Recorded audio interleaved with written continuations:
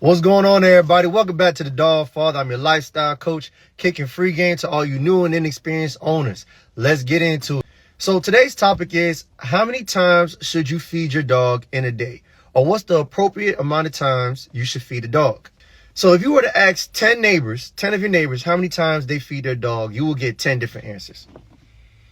Everybody has a level of how comfortable they would like their dog to be.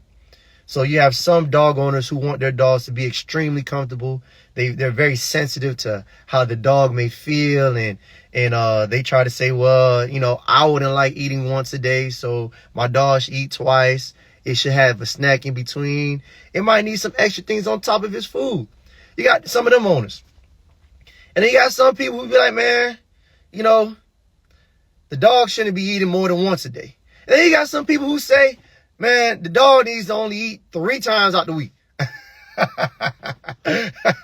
Right. So, we all have different opinions about how we should go about our dogs. And the only way I could put this is like this.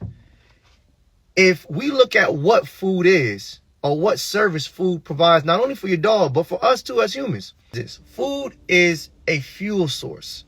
Just like gas is to a car, it's an energy source.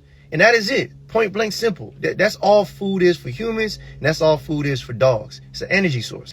Now, contrary to our society, and depending on what part of the world you're in, like America, food could be seen as a delight or a pleasure. So this is where things get kind of shady, and this is where things get kind of big.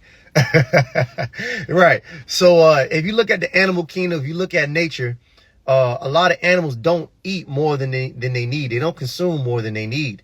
If a tiger catches a deer, it's only eating a certain amount of that deer, and they'll save it for later.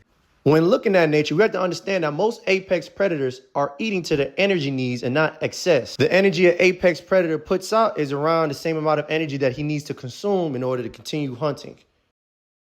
The best way to gauge how much you should be feeding your dog is to take in consideration how much energy is it recycling back after it eats. Is your dog active? What kind of lifestyle does your dog live? The traditional way to tell if your dog is overweight or being overfed is by looking at his abdominal section, his stomach or his tuck. And the thing about this is sometimes this could be tricky because oftentimes a lot of dogs have different genetics. Some dogs naturally sit thick. Some dogs naturally sit kind of slimmer or skinnier. So it's kind of hard to tell if that dog should be overfed or underfed. But the best solution is to go ahead and give this dog the appropriate lifestyle by providing physical and mental stimulation daily. So your dog at the end of the day is working or is earning its feed. My 2 personal dogs both have different physiques. I have one dog that sits naturally more thick, and the other one sits more leaner and has a more stronger physique to them. So oftentimes, somebody might call one too skinny or the other one is appropriately fed, when really they're both pretty much healthy in their own way, depending on their genetics. But regardless, both dogs get the same amount of play, and this guarantees that they're both burning off whatever they ate.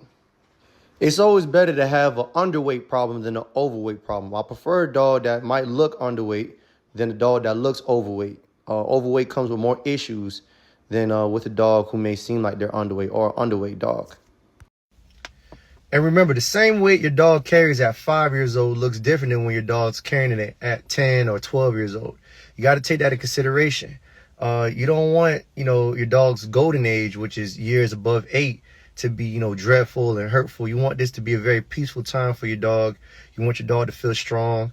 And you could possibly add on some extra years to your dog if your dog is at the appropriate weight.